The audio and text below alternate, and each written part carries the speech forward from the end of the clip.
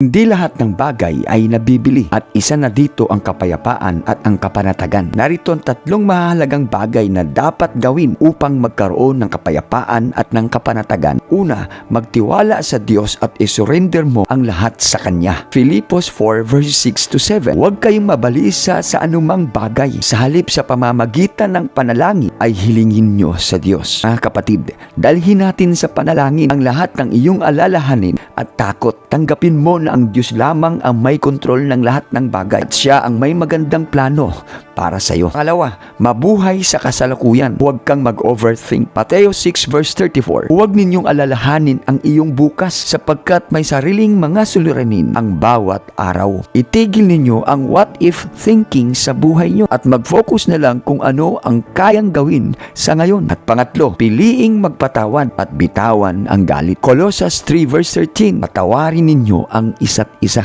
Kung may galit ka, nawawala ang kapayapaan. Kaya mahalagang unahin mo ang kapayapaan o pagpapatawad kaysa sa pride at galit dyan sa puso mo. Ito ay magdudulot ng malaking tulong para sa iyong kapayapaan at kapanatagan. Tandaan mo to kapatid, ang kapayapaan ng isip ay hindi dahil wala kang problema, kundi dahil nagtitiwala ka sa Diyos sa gitna ng iyong mga problema. At kung magagawa mong magtiwala sa Diyos, madadaig mo ang masama ng mabuti.